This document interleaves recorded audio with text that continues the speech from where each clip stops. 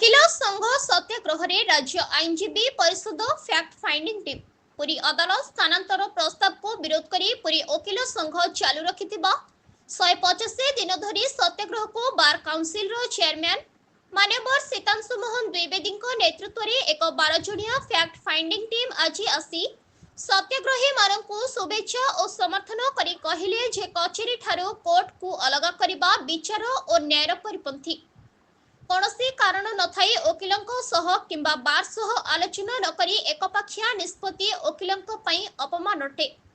वर्तमान कोर्ट स्थान रे आवश्यक स्थान थिबा बेले तीनोटी सरकारी ऑफिस मिसाइले एही स्थान रे कोर्ट कॉम्प्लेक्स होई परिबो। पुरी रे जो जगह को नेबा पई निष्पत्ति करिसंती ताहा कटकणा थिबा सत्वे किपरि स्थानांतर करिवे ओ काहेकि करिवे। एही टीम रे मान्यवर बार काउंसिल सदस्य पीतवास पंडा, विभु प्रसाद दास, अक्षय कुमार पति, आरोप नंद दास, संजीत कुमार पाणिग्राही, लक्ष्मी नारायण पटेल, विभु प्रसाद त्रिपाठी, ज्ञानरंजन महंती, अक्षय कुमार सामंतरा, तपन कुमार विश्वाल, गिरिधारी महापात्र आसी कोर्ट स्थल तीनोटी ऑफिस स्थान प्रस्तावित स्थान परिदर्शन करथिले।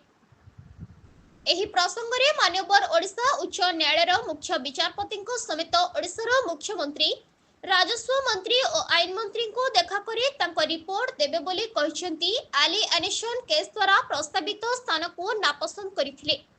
सत्याग्रह चलिबो जे पर्यंत वकिलंको दाबी पूरण न होईछि बोली सभापति प्रेमानंद महंती और साधारण संपादक शरद कुमार रायगुरु, समीर घोष, कर्णवीर महापात्र, अनिल साहू, मनोरंजन दास, सोमनाथ दास, शारदा सामल, वरिष्ठ वकिल जयदेव मिश्र, आदित्य मिश्र, रुद्रनंदन मिश्र, पुष्कर महापात्र, ज्योति प्रकाश मिश्र शताधिक वकिल उपस्थित थिले। Bureau report SM news.